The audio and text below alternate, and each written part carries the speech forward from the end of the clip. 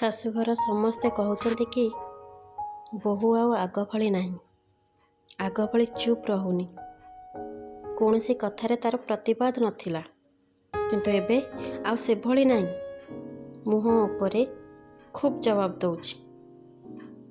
କୌଣସି କଥା ଉଠିଲେ ତା'ର ପ୍ରତିବାଦ ମଧ୍ୟ କରୁଛି। ମୁଁ ଏଠି ଗୋଟେ କଥା କହିବି ଆଜ୍ଞା, ଏଇ ବୋହୂଟାକୁ ବଦଳାଇବା ଯିବା ପାଇଁ ଆପଣମାନେ ହିଁ ବାଧ୍ୟ କରିଛନ୍ତି। ସେ ଯେତେ ଚୁପଚାପ ରହିଲା, ଆପଣମାନେ ତା ସାଥିରେ ସେତେ ଅନ୍ୟାୟ କରିଚାଲିଲେ। ତ ଏଠି ବୋହୂ ବଦଳିଗଲା ଯେତେବେଳେ କହୁଛନ୍ତି, ବୋହୂ ଯେତେବେଳେ ଚୁପ୍ ରହୁଥିଲା ସେତେବେଳେ କାହିଁ ଭାବୁନଥିଲେ ଯେ ନାଇଁ ଆମେ ଯେତେ ଯାହା କରୁଛେ ଆମ ବୋହୂଟି ଚୁପ୍ ରହୁଛି, କିଛି କହୁନି। ଏମିତିକି କିଛି ଘରେ, ମୁଁ ସମସ୍ତଙ୍କ କଥା କହିବିନି, କିଛି ଘରେ ଏମିତିକି ଅଛନ୍ତି ତା ସ୍ୱାମୀ ବିରୁଦ୍ଧରେ ବି କହୁଥିବେ। ତା ସ୍ୱାମୀ ବିରୁଦ୍ଧରେ ତା ସାମ୍ନାରେ ତାର ବୁରାଇ କରୁଥିବେ, ତାପରେ ବି ସେ ବୋହୂଟି ଚୁପ୍ ରହୁଥିବ। କ'ଣ ପାଇଁ?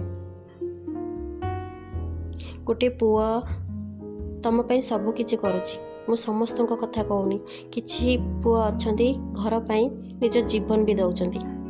ତ ସେ ପୁଅକୁ ଏତେ ନିନ୍ଦା କ'ଣ ପାଇଁ ତା ସ୍ତ୍ରୀ ଆଗରେ କହି ଚାଲିବ? ତ କୌଣସି ସ୍ତ୍ରୀ ସବୁକିଛି ସହିଯିବ ଯେତେବେଳେ ତା ସ୍ୱାମୀର କରୁଥିବା ଧରୁଥିବା ସ୍ୱାମୀର ନିନ୍ଦା ସହିବ, ଦେଖିବ ନା, ସେ କେବେ ବି ଚୁପ୍ ରହିବନି।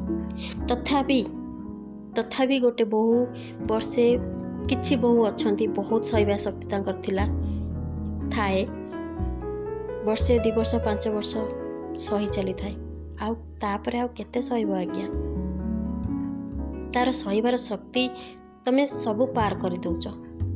ଏତେ କହୁଛ ସେ ବାଧ୍ୟ ହେଉଛି ନିଜକୁ ବଦଳାଇବା ପାଇଁ। ଆଉ ତାପରେ କହିବ କ'ଣ ନା ବୋହୂ ଆମର ଆଗ ଭଳି ନାହିଁ। ତେଣୁ ସିଏ ତା ନିଜକୁ ବଦଳାଇ ଦେଲା। ଯେତେବେଳେ ଚୁପ୍ ଥିଲା ସେତେବେଳେ ଭଲ ନଥିଲା। ଯେତେବେଳେ ଚୁପ୍ ଥିଲା ସେତେବେଳେ ତମେ ତାକୁ ଭଲ କହୁନଥିଲ, ଆଉ ଏବେ ବି ଭଲ ନୁହେଁ। ଆଉ ସେ ବୋହୂକୁ ଆଉ କିଛି ଫରକ ହିଁ ପଡ଼ୁନି, ତମେ ଭଲ କୁହ ବା ନ କୁହ। ଆଉ ତା ବଦଳିବାର କାରଣ କେବଳ ଶାଶୁଘର ଲୋକମାନେ। ତାର ଯେତେବେଳେ ସେ ଚୁପ୍ ରହିଥିଲା ତାର ବହୁତ ଫାଇଦା ଉଠାଉଥିଲ। ଏବେ ସେ ଜବାବ ଦେଉଛି, ଆଉ ଏବେ କିଛି ଫରକ ହିଁ ପଡ଼ୁନି। ତମେ ଯାହା ବି କୁହ। ହଁ, ବୋହୂ ବଦଳି ଯାଇଛି।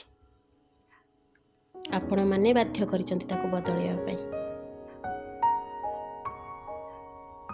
ଏବେ ରଖୁଛି, ପୁଣି ଦେଖା ହେବ ଆପଣଙ୍କ ସହିତ ନେକ୍ସଟ ବ୍ଲଗ୍ରେ।